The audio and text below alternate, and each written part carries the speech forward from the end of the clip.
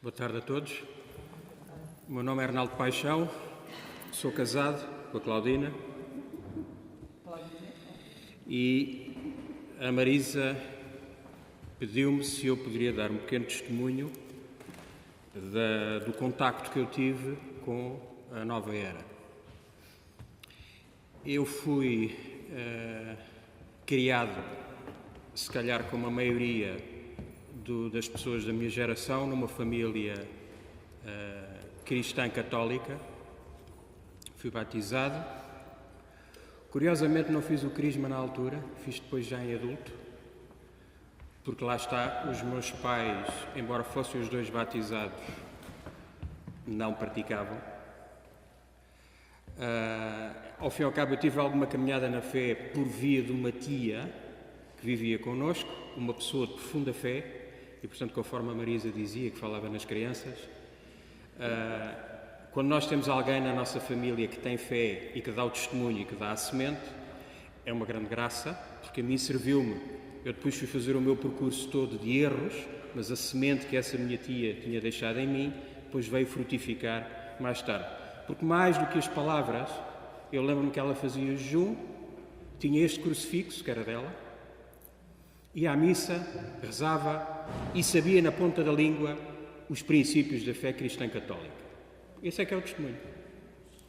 Os meus pais, ao contrário, por grande influência de uma pessoa da família do meu pai, estavam muito metidos na nova era. Eram pessoas que sempre procuraram a espiritualidade, sempre procuraram a verdade, mas caíram no grande erro que muitos de nós caímos. Em vez de subjugarmos a nossa vida e a nossa vontade à vontade de Deus, há uma mística que se chama Luísa Picarreta, que tem uma obra vasta sobre a divina vontade e nós tivemos a felicidade de ter alguém, um amigo nosso americano, que deu os ensinamentos sobre a Luísa Picarreta e ele dava este exemplo. A nossa vontade é uma roda dentada pequena e a vontade de Deus é a roda dentada grande. Portanto, nós temos que ter a nossa vontade, obviamente, porque é isso que Deus espera. Mas subjugarmos a nossa vontade à vontade de Deus. Ora, os meus pais não faziam isso. Portanto, eles procuravam, mais do que perceber qual era a vontade de Deus na vida deles, procuravam a espiritualidade. E por influência dessa tal pessoa, tinham... Eu lembro-me, em miúdo, e li, porque tinha em minha casa, muitos livros, muita matéria sobre estas coisas. Essa pessoa que influenciou os meus pais, inclusive era devota de um guru indiano, que já faleceu, ele dizia-se imortal, mas já faleceu, enganou-se, que se chamava Satya Sai Baba. E que o Padre Gabriel à Morte, no seu livro Exorcistas e Psiquiatras, diz, sem meias medidas, isto: considero Sai Baba o filho primogênito de Satanás. Sem espinhas. Ora bem, obviamente que o diabo é muito esperto e, portanto, as moscas não se caçam com vinagre, não é? E, portanto, lá está, foi tudo isto que foi falado aqui. Na verdade, os meus pais procuravam a espiritualidade, mas mais do que procurarem fazer a vontade de Deus, procuravam a elevação, o conhecimento. E aqui entra a soberba, que é o primeiro pecado. Portanto, eu quero saber mais. E se nós formos... Há um resumo que se chama os 7 erros da nova era, os 7 erros da nova era, e que definem muito bem. O primeiro é o sincretismo religioso, a defesa de que a ideia de que todas as religiões são iguais. Os meus pais, tendo raiz cristã católica, compram a ideia de que Jesus é mais um iluminado, é mais um profeta. Não é um. Portanto, ele não é o caminho, a verdade e a vida. É um caminho, uma verdade e a vida. E aqui começa a grande mentira.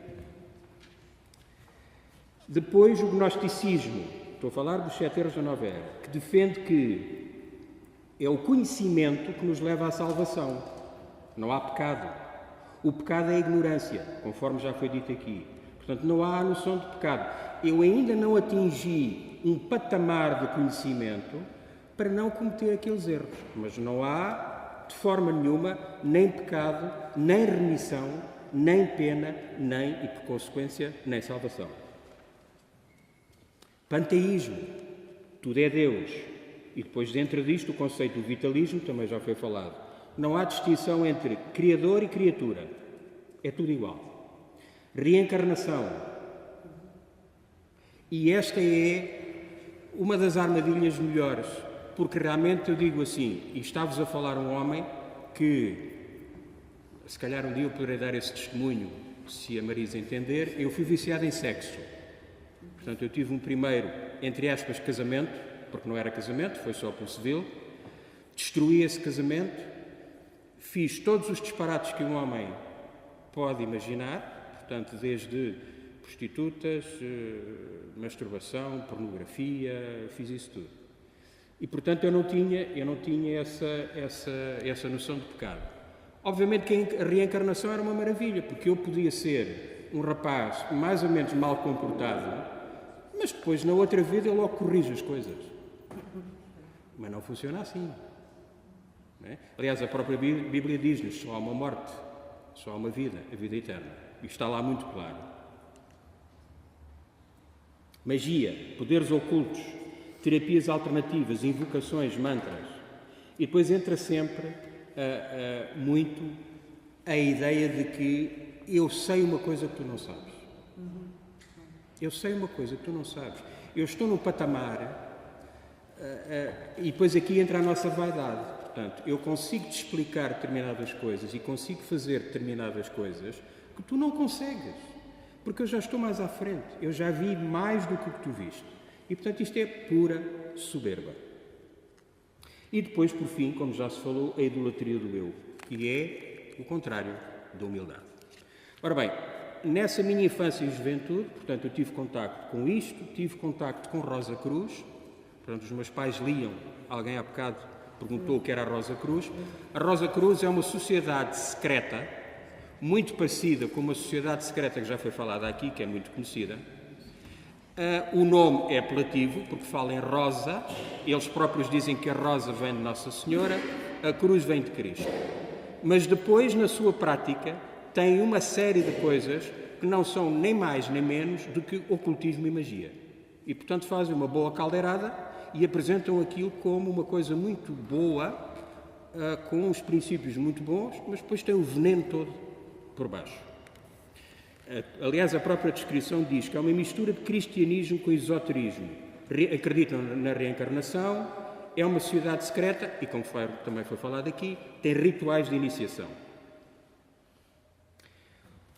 Eu lembro-me de ler também livros de um senhor que se chamava Lobsang Rampa.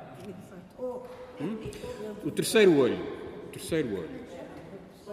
Portanto, a ideia que é defendida é que, através do terceiro olho, inclusive há quem faça um procedimento cirúrgico aqui para dinamizar esse tal terceiro olho e que, portanto, nos vai levar a um conhecimento superior sobre a vida e o cosmos e essas trapalhadas todas.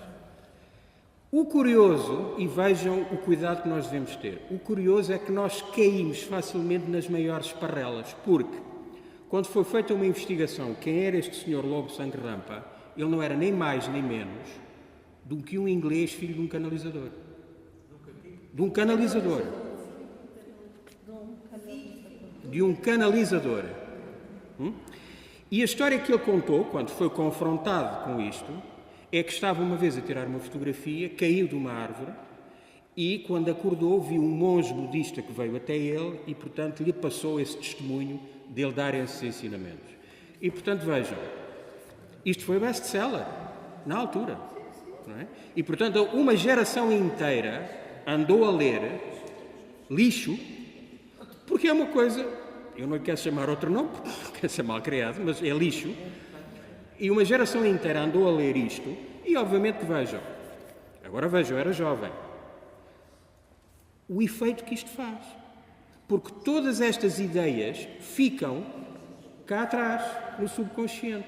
E obviamente que todas as ideias que eu faço em termos de fé, das decisões da minha vida, da noção de pecado, são modificadas por isto. Outra, Elizabeth Clare Prophet, que já morreu, não há muita gente que conheça, mas se forem à internet ainda está lá um site e o que ela criou existe.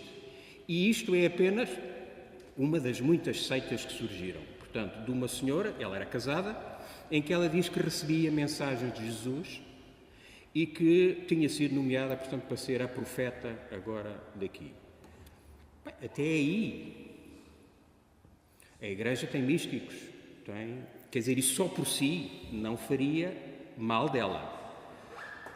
Agora, como Nosso Senhor diz no Evangelho, conhecereis a árvore pelos frutos que dá. Ora bem, quando nós vamos, digamos, ao site da Elizabeth Clare Prophet, onde se explica, enfim, aquilo que ela acredita e o que é que ela entende que veio fazer ao mundo, diz coisas como, para já fala em mestres ascensos, portanto logo aí borrou a pintura, não é? Diz que as mensagens foram ditas pelo Espírito Santo.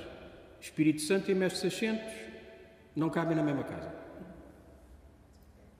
Depois, ela diz uma série de coisas, fazia uma série de ditados, acreditava na reencarnação, portanto, ao fim e ao cabo, o que ela defende na sua página é exatamente aquilo tudo que se esteve a falar aqui. Mais, primos meus estiveram lá nos Estados Unidos, eles têm uma quinta, e o que é que se passava? Era trabalho escravo, porque eles trabalhavam para comer, são indoctrinados, portanto, fazem uma lavagem cerebral. E vejam, toda esta parte da família tiveram uma vida desgraçada. E eu não estou a falar propriamente do sofrimento que Deus permite na vida de cada um de nós. Eu estou a falar de coisas graves, muito graves.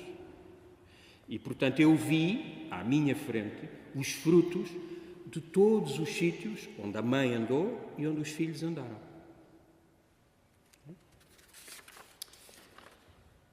Quando nós tivemos, depois do início da minha conversão, porque nós costumamos dizer eu converti mental retiro, não, a gente começa o início da nossa conversão, porque a gente só se converte verdadeiramente quando estamos no céu, tivemos a felicidade de conhecer e depois participar e organizar retiros com o Padre James Manjacal.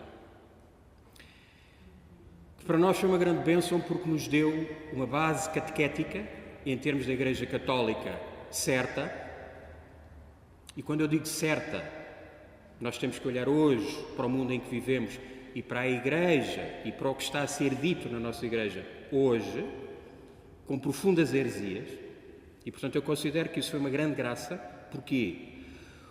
Porque hoje me permite, obviamente com o discernimento do Espírito Santo, eu estar a ouvir alguém, é como nos concursos, e fazer está errado. Está errado. Porquê? Porque a pregação que eu ouvi era baseada na Bíblia. Não era numa teoria qualquer. Portanto, era baseada na Bíblia. Portanto, eu consigo reconhecer. E o Padre James, a certa altura, convidou os vários organizadores a nível da Europa para irem à Índia. Foi uma experiência muito rica e das várias que eu vi, posso-vos contar uma. Nós íamos na rua e eu vi uma estátua, tamanho real, de um homem, dourada, num pedestal no meio da rua. E eu perguntei o que era aquilo. E eles disseram, aquilo é um deus de um grupo que existe cá. Obviamente que a maioria, e nós estávamos no estado de Kerala, que é o estado mais cristão da Índia. E mesmo assim víamos isto. Kerala. Ora bem, aquilo era um guru, portanto era um deus para um determinado grupo de pessoas que eram adeptos, eram seguidores daquela pessoa, viviam de acordo com o guru dizia e de acordo com os seus ensinamentos. E uma definição muito, simples do guru diz que é mestre, é guia, aquele que afasta a escuridão e guia para a luz. Em última instância, que é Deus.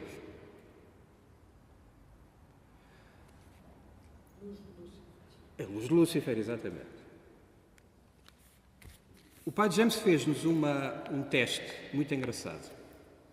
Houve um dia que ele disse, olha, hoje vocês vão a um sítio, é numa montanha, eu não vou com vocês, mas é um sítio muito bom para se rezar, vocês vão gostar, vai ser um sítio agradável. A gente meteu-se no autocarro, chegámos lá acima e vimos uma espécie de um convento com uns monges, havia uma sala onde havia um véu, havia pessoas a rezar. Bem, enfim, até aí. Depois entramos numa sala que havia várias pinturas com vários símbolos. E, portanto, começámos a ver símbolos do judaísmo, de todas as religiões. Um indivíduo parecia um Cristo, mas estava na posição de lótus. E a certa altura nós olhámos uns para os outros, olhámos para aqueles e assim, vamos embora. Mas não percebíamos como é que o Padre James nos tinha mandado para um sítio daqueles. Ao fim do dia, quando nós lhe pusemos a questão, e ele, com muito sorridente, perguntou, então gostaram do sítio onde foram? E todos nós, graças a Deus, dissemos, não gostaram. Porquê? Porque aquilo não é cristão. E ele disse-nos, isto foi um teste para vocês. Não é por eu vos ter dito que aquilo era bom, que vocês devem aceitar automaticamente que aquilo é bom. Portanto, eu já vos dei catequese, vocês têm o vosso discernimento e esse discernimento deve ser usado. E eu uso este exemplo também agora para nós todos que estamos aqui. É por isso que é importante que o cristão católico saiba bem, e esse é o nosso maior erro, porque se vocês falarem com um protestante ou com uma testemunha de Jeová, eles sabem na ponta da língua tudo. E nós, cristãos católicos, não sabemos a nossa fé. Em alguns ensinamentos que eu tenho dado, eu faço uma pergunta. Alguém diga-me uma frase da Bíblia de cor. Uma. E não é daquelas, faz que Deus te ajudará, porque isso não é da Bíblia. Uma.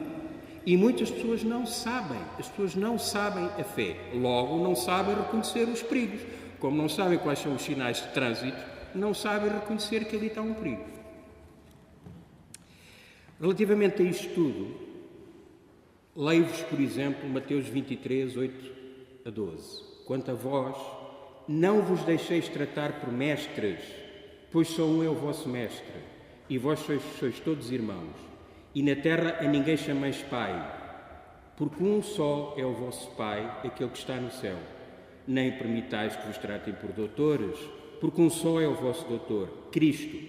O maior dentre vós será o vosso servo. Quem se exaltar será humilhado, e quem se humilhar será exaltado. Portanto, isto em contraponto com toda a ideia da nova era de iluminação, patamares. Eu lembro-me, por exemplo, o meu próprio pai, que faleceu há pouco tempo, até ao fim, tinha estas ideias.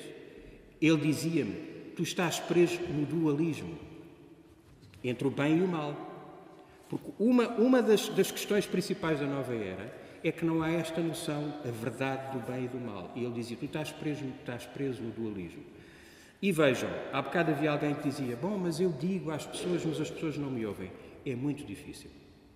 É das coisas mais difíceis que vocês vão ter, é conseguirem transmitir estas ideias a alguém que está profundamente na nova era. Sabem porquê? Quem está na nova era já leu tanto, já viu tanto, eles olham para nós, cristãos católicos, como idade da pedra. Idade da pedra. É como se vocês agora tivessem aqui um Cro-Magnon, vestido com uma pele e com uma clava, é exatamente a mesma coisa. Porque eles olham para nós, coitadinhos, eles ainda estão agarrados àquela coisa do pecado e de um homem que foi pregado numa cruz. Não é nada disso. Não é disso que se trata. O que se trata disto é o cosmos. São os extraterrestres. São os ascensos. E, portanto, é muito difícil. Só com muita oração, dizendo a verdade, porque, ao fim e ao cabo, nós temos que ser como o carteiro. O carteiro, quando vai entregar a carta, não está preocupado se a carta está bem escrita ou não. Aquilo que o carteiro tem que fazer é dar a carta, dar a mensagem. E, portanto, nós, conforme já foi dito com amor e caridade, dizer, olha, Jesus salva. Jesus é Deus. Jesus ama-te profundamente. Jesus ressuscitou. Nenhum dos gurus ressuscitou. Ele é Deus. Só assim, mesmo que a pessoa não aceite. Porque a verdade, quando é dita, o Espírito Santo trabalha. É dizer a verdade. O vitalismo, já foi falado aqui. E isto tudo, todas estas terapias alternativas, eu, para preparar os ensinamentos que normalmente dou sobre isto, li um livro de 300 páginas, escrito por um médico cristão. Não é católico, é cristão. E eu tive o cuidado de confirmar a informação que ele tinha com outras fontes, e a informação está correta. E a definição que ele dá do vitalismo é esta. O conceito de energia da nova era é o mesmo da visão do mundo do ocultismo, que também já foi falado aqui, porque estão as duas coisas ligadas. Existe uma energia que flui, permeando todas as coisas, e que os proponentes, quem propõe estas terapias, acreditam ser Deus como uma força. Porque aqui é que está a grande raiz da questão. Para mim, Deus é Pai e é Filho. Para eles, não.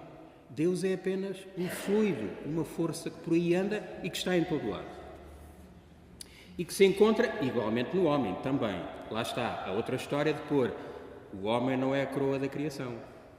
O homem é mais um. E põe ao mesmo nível as outras coisas. Esta energia necessita ser canalizada e balanceada para poder funcionar a nível ótimo. As energias do ocultismo e da nova era, utilizadas na saúde holística, conforme já foi falado aqui, ensinam que a doença é o resultado do desalinhamento das energias latentes e naturais do interior do ser. Para que possa ter perfeita saúde emocional, física e espiritual, esta energia precisa ser alinhada através de técnicas como a acupuntura, etc, etc, etc. Por exemplo, a acupuntura. Eu uma vez estava a dar um ensinamento lá em cima em Lamego e no fim do ensinamento há uma senhora que vem ter comigo e diz assim, olha, eu tomei uma decisão. Eu sou enfermeira e fazia, quando saía do hospital, em minha casa, fazia acupuntura e ganhava dinheiro com isso. E eu já percebi que não posso fazer e vou acabar com isso. Portanto, o que é que eu faço? Vou dar a máquina e os compêndios, eu gastei uma fortuna no curso e nos compêndios que tenho lá, vou dar isso? Não. Vai arranjar um bom martelo e vai partir a máquina e depois tem uma lareira lá em casa e vai queimar os litros, porque obviamente não vai passar isso a outra pessoa. E depois eu disse, olha, provavelmente vão-lhe dizer que está errada, que não acredite naquilo que eu lhe disse. Porquê? Porque a acupuntura vai, com as agulhas, vai atuar sobre centros nervosos do corpo. E diz-me ela, não me deixou acabar, diz assim, não, nós só lidamos com energias. E esta é das maiores mentiras que é dita sobre a acupuntura. Vejam, o compêndio, os mapas do corpo humano, da alopatia, que é a medicina convencional, dos médicos, dos medicamentos, um compêndio que se tiverem com o centro nervoso de um corpo humano e se tiverem um compêndio da acupuntura, não tem nada a ver uma coisa com a outra. Porque o compêndio da acupuntura está baseado nos chakras, nos meridianos e nessas coisas todas. E não tem nada a ver com o centro nervoso. Mas, se vocês forem à internet, ao site do Sr. Pedro Choi, que é as clínicas mais conhecidas que há da acupuntura em Portugal, e portanto, vejam, não sou eu que estou a dizer. Eu não estou a acusar ninguém, eu só estou a constatar um facto. Eu só estou a dizer aquilo que dizem lá. E é assim, eu não estou a demonizar isto. Isto depois é um exercício que cada um fará. Quando fizer perceber o que é isto e o que é Cristo, aí cada um chegará lá. Mas eu só estou a dizer o que está cá. E diz assim, a medicina chinesa, com promoção da saúde, eu volto a dizer, está no site destas clínicas. E a vezes a certa altura diz assim, a qualidade de vida evitar que bloqueios se instalem no organismo e desencadeiem uma desordem energética. Pois explica o que é a acupuntura. É a técnica manual de estimulação de pontos e canais energéticos. Estes pontos específicos do nosso corpo, onde se colocam as agulhas, encontram-se nos meridianos energéticos. Estes meridianos são as vias de circulação da energia do nosso corpo. A acupuntura funciona porque se colocam as agulhas nesses pontos dos meridianos, regularizando a energia. As doenças para a medicina chinesa são desequilíbrios energéticos e a acupuntura é o principal meio para reorganizar a energia de forma a recuperar-se a saúde. Alguém tem dúvidas que estamos a falar de energias ou estamos a falar de sistema nervoso do corpo humano? Está entendido? Está percebido? Não há dúvidas, pois não? Eu não tenho. Portanto, e quando alguém vos falar em acupuntura, vão ao site deste senhor e olha, está ali energia, energia, energia, energia, energia, energia. É simples. Obviamente que vejam, tudo isto tem a ver, eu enquanto estava a preparar isto, lembro-me da árvore do conhecimento do bem e do mal. Porque muitas vezes a gente está na missa e ouve as leituras, mas lá está, não as meditamos. A raiz está toda aqui, a árvore do conhecimento do bem e do mal. E nós temos uma vontade enorme do conhecimento e não confiamos em Deus. E portanto lá está, o Satanás disse, não, nada disso, como lá isso? Pois tu vais saber tudo. E nós, é por isso que Jesus dizia que sendo como crianças, nós não queremos ser crianças. Nós queremos conhecer tudo, mesmo que nos faça mal. Portanto, a raiz está sempre aqui, na árvore do bem e do mal.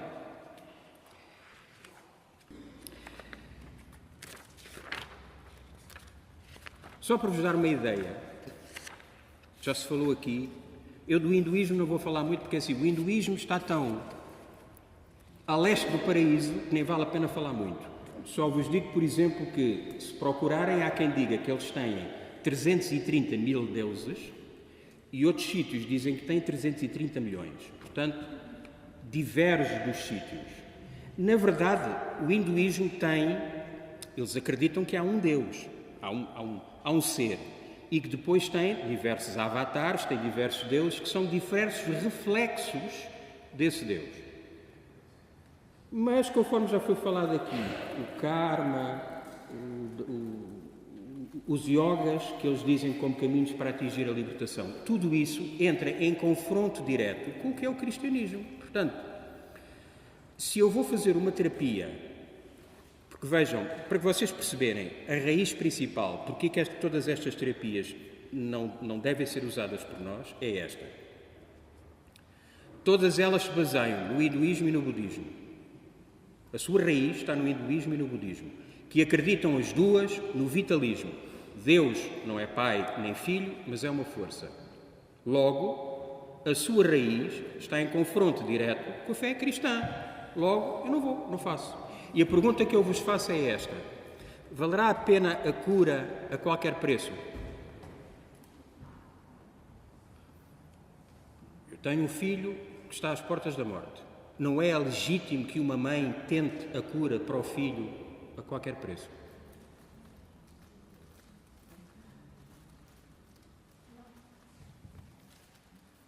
Não é. Não é. Por muito que a gente caia no misericordiosismo, não é na misericórdia, não é? Mas não vale a pena. Porque aquilo que muita gente faz é vender a alma ao diabo. E não aceitar a vontade de Deus. E não aceitar que se calhar o meu filho adoeceu. Olha para a minha conversão, em primeiro lugar. E eu tenho essa experiência no trabalho que faço com o Padre Duarte Sousa Lara, da preparação para os exorcismos, em que aparecem muitos casos com crianças e jovens. E aparece, por exemplo, uma mãe que tem uma criança que tem distúrbios, portanto, que vê vultos, que não consegue dormir, que grita, enfim, pode ser psicológico, pode ser de outros traumas, mas pode, e há casos em que se chega à conclusão que há ali uma componente diabólica. E eu faço várias perguntas. A criança é batizada? É. Os pais são batizados? São casados pela igreja? E depois começo a fazer uma série de perguntas sobre os pais. E há muitas mães que dizem assim, vai sei lá, mas o problema não é comigo, é com a minha filha. E eu depois tenho que explicar. Pois, mas é que a saúde espiritual da sua filha está intimamente ligada à saúde espiritual sua e do pai. Então, mas diga-me lá, é casada? Eu fui casada. mas entretanto o meu marido arranjou outra senhora e eu agora tenho um namorado. E quer que a sua filha... e já andei com a minha filha em Reiki, ela já fez o cardápio todo. Então, mas e quer que a sua filha seja curada e liberta. Quero. Então, o primeiro passo é acabar com o pecado. O seu. O meu, sim. Porque veja, eu e você vamos colocar de joelhos pedindo a Deus a cura e a libertação da sua filha. E Deus vai se virar para nós e vai dizer aqui.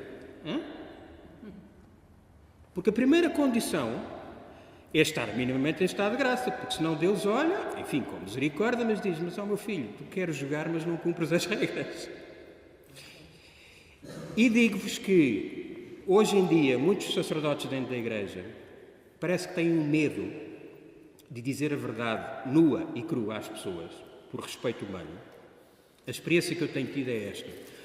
Quando com amor e verdade, digo-vos, onde houver amor e verdade, a verdade de Cristo, o Espírito Santo trabalha. Porque não sou eu que vou mover o coração daquela mãe. Eu sou apenas uma chave de parafusos. Quem vai apertar o parafuso é Deus. Eu sou apenas um instrumento. E, salvo raríssimas exceções, quando a verdade é dita, e estamos a falar de casos de pessoas que vivem em coabitação há uma série de anos, mas quando lhes é explicado, a pessoa para um momento, porque obviamente tem um baque, tem um choque e diz, eu já percebi, eu vou acabar com esta situação, eu vou me confessar, vou voltar à igreja, eu quero. Portanto, vale a pena dizer a verdade. E através disto, assiste-se é como uma pedrada no charco. A conversão começa na família. Não é? Aquilo que aconteceu. Bom. Para vos dar só uma pequenina ideia, falou-se aqui do budismo. Um conselho que eu dou, se está aqui alguém que tenha Budas em casa, partam-os, destruam. Porque a ideia que muitas vezes que nós temos do budismo que é o Dalai Lama, são os monges, enfim, umas coisas que soam muito pacíficas, muito agradáveis, muito boas. Mas o nosso inimigo é mentiroso e pai da mentira, é a definição dele. Então, eu fui à procura, e volto outra vez a dizer, eu não escrevi isto, eu fui à procura de quem defende isto. Os 12 princípios do budismo, em que um deles diz assim, a realidade é indescritível. E um Deus com atributos não é a realidade final, mas o Buda, um ser humano, tornou-se totalmente iluminado. E o propósito da vida é atingir a iluminação, não é salvação. Esse estado de consciência, o Nirvana, a extinção das limitações do ego, é atingível na Terra. Todos os homens e todas as outras formas de vida contêm a potencialidade da iluminação e o processo consiste, portanto, em tornar-se naquilo que tu és. Olha para dentro, tu és Buda. Eu até me estou a arrepiar porque isto é... Quem é que fala assim? Satanás. E perdoa-me, isto está a ser gravado. Se algum senhor budista ou alguma irmã budista me ouvir falar, desculpe, mas eu não posso dizer outra coisa. Porque quem ouvir isto, e à luz da fé cristã católica, quem fala assim é Satanás. Porque sou eu. Mais nada, é soberba. Mais à frente diz, o budismo não conhece qualquer autoridade, salvo a intuição do indivíduo. E essa autoridade é apenas para esse indivíduo sozinho. Não se reza ao Buda ou a qualquer Deus para impedir que um efeito se produza a partir de uma determinada causa. Portanto, eu só tenho que aceitar. Eu tenho que aceitar o karma e depois, na próxima reencarnação, eu logo trato da questão. O budismo atrai o Ocidente porque não tem dogmas. Obviamente. Satisfaz igualmente a razão e o coração. Insiste na autoconfiança, aliada à tolerância para com todos os outros pontos de vista. E aqui, cuidado, porque confunde-se muitas vezes tolerância. Esta tolerância, eu posso ser tolerante, obviamente, eu devo ser tolerante com um irmão que está no pecado. Jesus deu o maior exemplo de tolerância, não é? Até foi acusado por causa disso, porque ele convivia com os maiores pecadores. Portanto, ele era tolerante, mas não deixava de dizer a verdade. E quando curava dizia, vai, mas não voltes a pecar. Não voltes a pecar. Não dizia, não, deixa estar, eu percebo que tu és fraco, deixa-te estar aí. Ele não fazia isso. Depois o budismo abrange ciência, religião, filosofia, psicologia, ética e arte. E insiste no homem sozinho como único criador da sua vida presente e determinador do seu destino. Boa. Portanto, Deus, Cristo, pode ir de férias, conforme já foi dito aqui. Eu gostei muito dessa. O mandar o Nosso Senhor de férias é bom.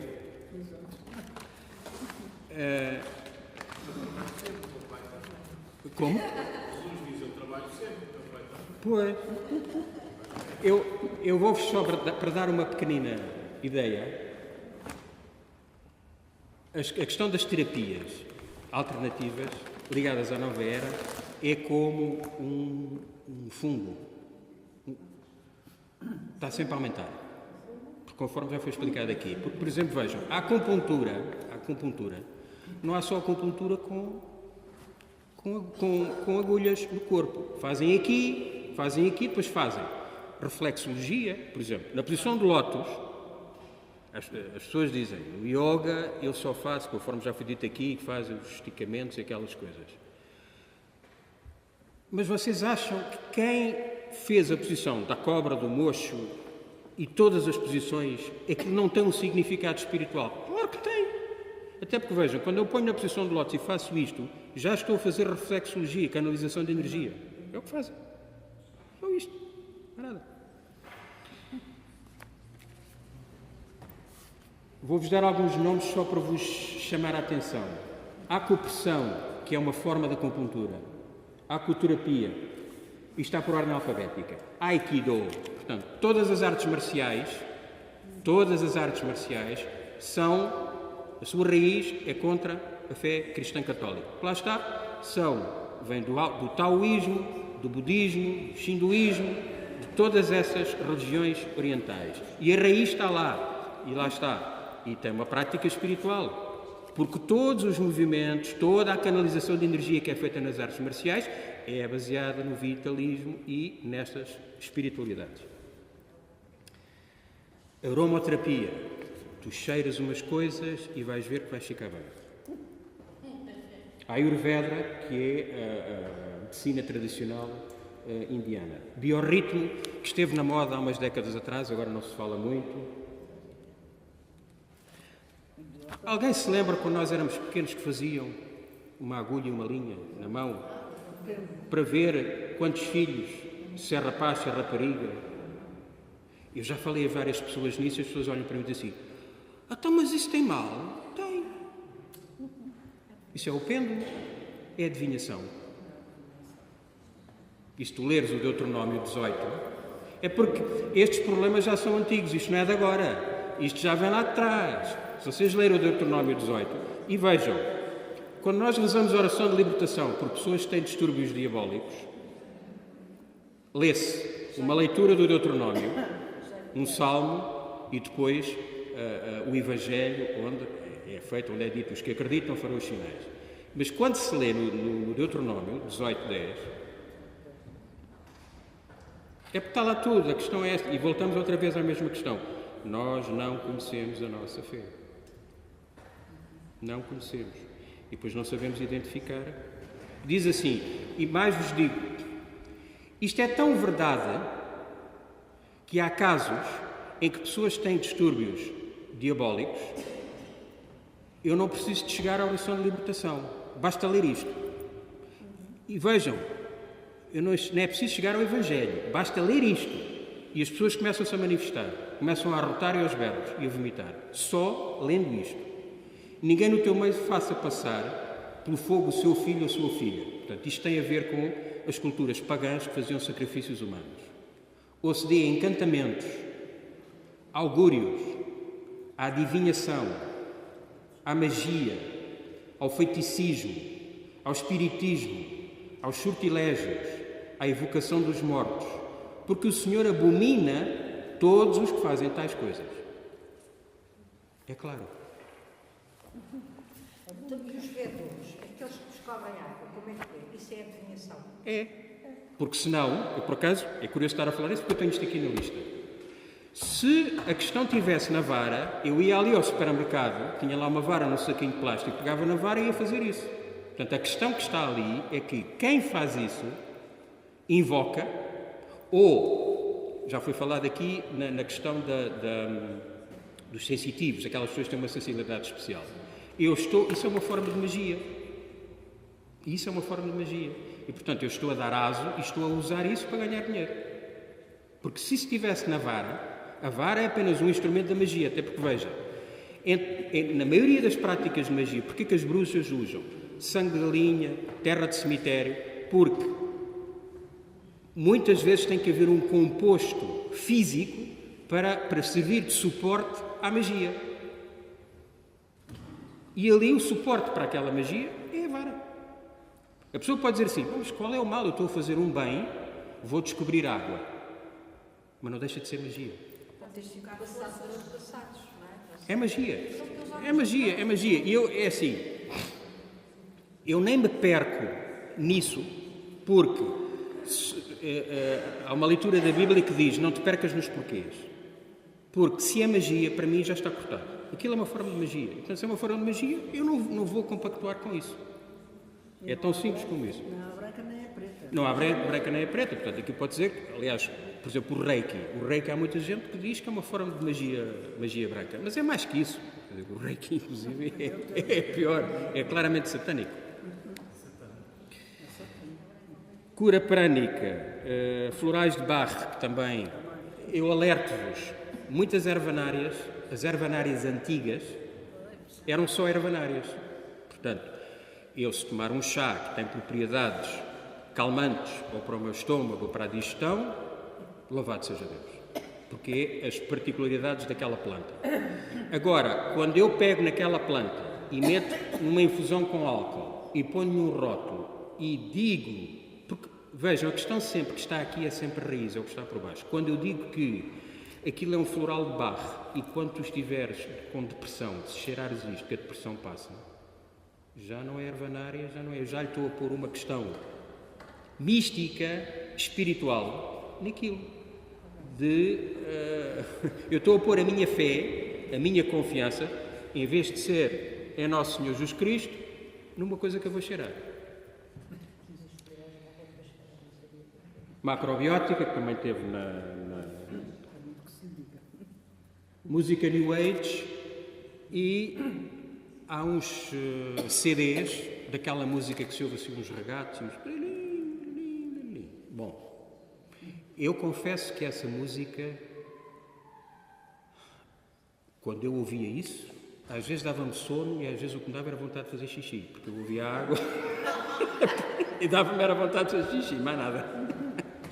Bom, não é inócuo. Porquê? Porque em muitos desses discos estão lá mantras, sons repetitivos, muito bem disfarçados, mas estão. E, portanto, a pessoa está deitadinha na cama, no sofá, está de olhos fechados e está a levar com aquilo em cima.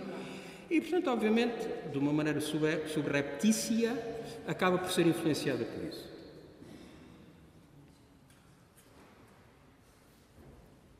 Aliás, tudo é feito não a nível de superfície, mas de profundidade. Todas as técnicas.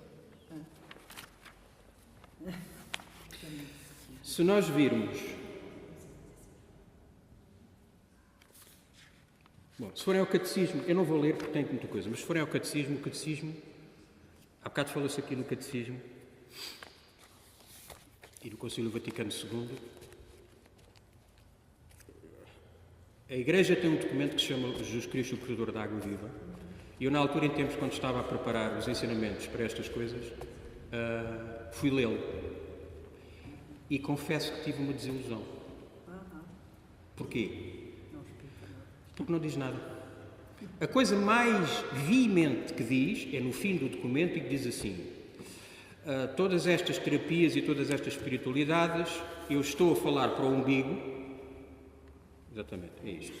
Eu estou a falar para o umbigo e não estou a falar com Deus.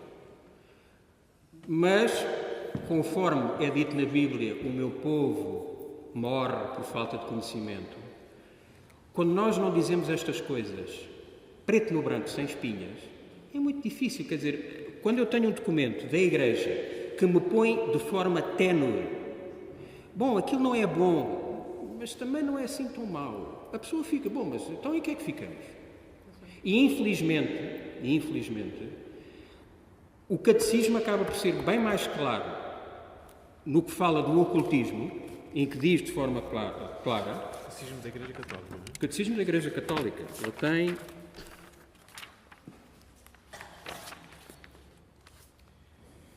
No ponto 2097, sobre a adoração. Adorar a Deus é reconhecer com respeito a submissão absoluta e o nada da criatura, que só por Deus existe. Adorar a Deus é como Maria no Magnificat, louvá-lo, exaltá-lo e humilhar-se, confessando com gratidão que Ele fez grandes coisas e que o seu nome é santo. A adoração do Deus único liberta o homem de se fechar sobre si próprio, para o seu umbigo, da escravidão do pecado e da idolatria do mundo. A idolatria não diz respeito apenas aos falsos cultos do paganismo. Portanto, é mais claro do que este documento. Este documento é muito vago. Aqui, no Catecismo, fala claramente disto. A idolatria não diz respeito apenas aos falsos cultos do paganismo. Continua a ser uma tentação constante para a fé. Ela consiste em divinizar o que não é Deus. Há idolatria desde o momento em que o homem honra e reverencia uma criatura em lugar de Deus, gurus. Quer se trate de deuses ou de demónios. Por exemplo, satanismo, do poder, do prazer, da raça, dos antepassados, do Estado, do dinheiro, etc. Vós não podereis servir a Deus e ao dinheiro, diz Jesus. Portanto, neste aspecto, o catecismo é bem mais forte que isto.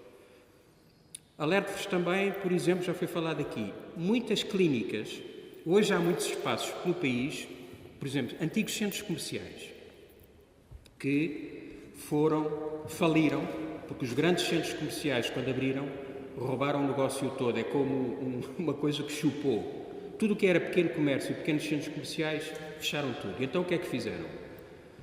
Abriram, há um indivíduo, por exemplo, que é dentista, abre um escritório lá, mas como tem várias lojas, vai lá para uma senhora que também faz umas massagens e criam-se várias especialidades. E eu já vi em muitos sítios, a gente vai lá e vê dentista, massagista, e é um massagista normal que faz massagem. Mas depois começa a ter, tem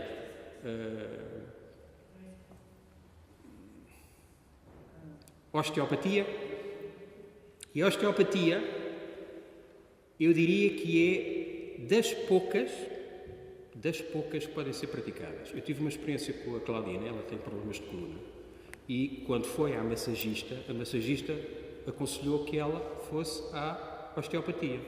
E fui com ela. E sentei-me. E a moça começou a fazer osteopatia e eu perguntei-lhe, então, mas explique-me lá o que é isso. Então, isto é a manipulação do esqueleto. Então, mas você não faz mais nada? Não, eu só manipulo o esqueleto. Porque ela explicou e depois eu fui ler, porque há desalinhamentos que nós temos e, portanto, se eu esticar o braço e se fizer a correção do esqueleto, muito bem. Então, mas e você alguma vez fez yoga? Não quero saber nada disso. Então, e reiki? Não quero saber nada disso. Eu depois fui ver. A osteopatia é praticamente das poucas destas terapias que pode ser feita. Porquê? Porque a base que está por baixo disso é única e exclusivamente a manipulação do esqueleto. Mas, há sempre um mas nisto. Muitos dos osteopatas, tal como os fisioterapeutas, porque isto depois, eu sou fisioterapeuta, mas depois vou fazer um curso, porquê? Porque eu quero dar mais qualquer coisa aos meus clientes. E há muitos osteopatas que fazem cursos de reiki, fazem cursos de yoga e dentro da osteopatia há uma parte em que é feita a manipulação do crânio. E aí, lá está, conforme foi dito aqui, sem que as pessoas saibam, eles estão a fazer reiki. Portanto, quando se vai a um osteopata, é importante saber quem é que me está a pôr as mãos e perguntar, sei lá, você faz reiki? A moça foi perfeitamente clara, ele disse, não, e depois a olhar o que é que está nas paredes. Porque as pessoas denunciam-se, não é? Há sempre uns símbolos e umas coisas. Não havia nada, portanto, ali não há. Mas eu sei de casos de pessoas que foram à osteopatia e que depois, na verdade, o indivíduo, quando estava a manipular o crânio, quando a pessoa estava no marquês, já estava a fazer reiki. Ok? Portanto, tenham muito cuidado. E nos hospitais também, porque já estão a fazer reiki como pós-operatório e, portanto, digam não. Não, não, não, não, não quero. Até os cabeleireiros? Pois. Hoje em dia. Para finalizar,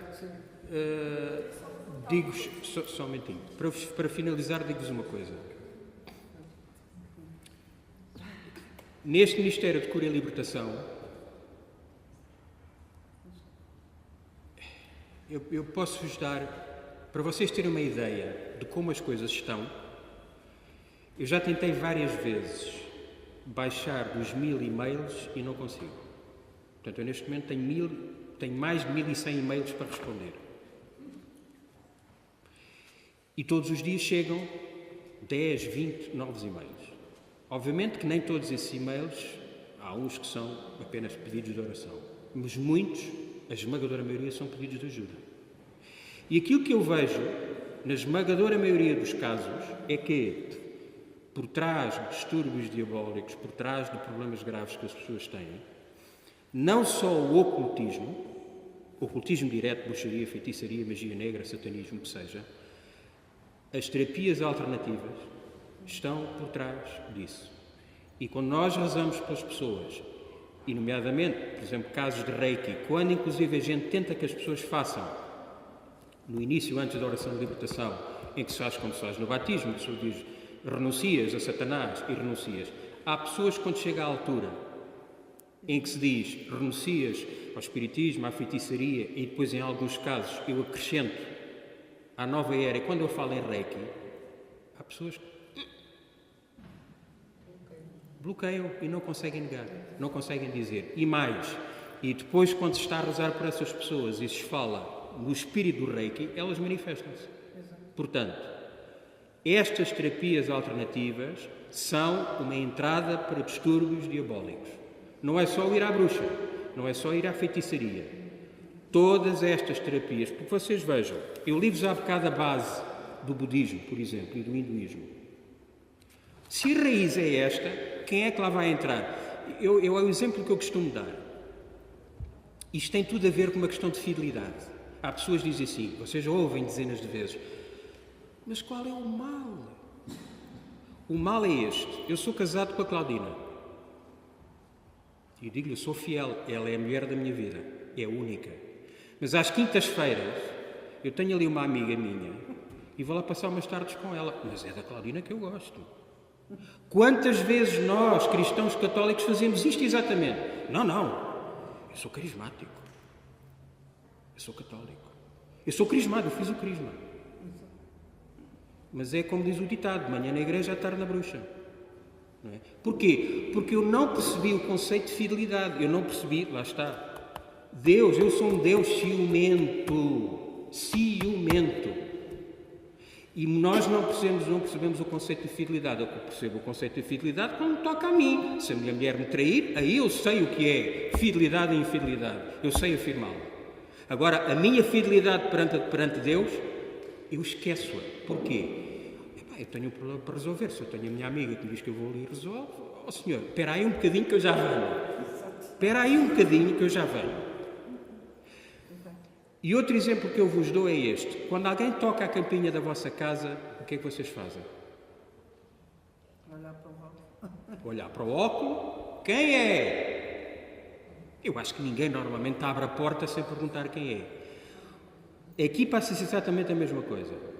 Quando nós invocamos, vem o Espírito Santo. A própria palavra invocar, invocare, para dentro, vocare, chamar. Eu estou a chamar para dentro.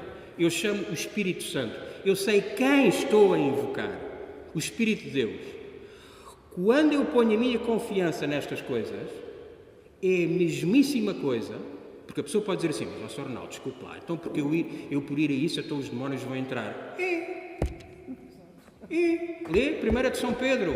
O diabo é como um leão que ruge à tua volta, pronto a devorar-te. E o demónio é exatamente isso. E, portanto, tocam à tua porta. Se tu não perguntas quem é, abres a porta, pode ser o teu maior amigo ou o indivíduo para te assaltar.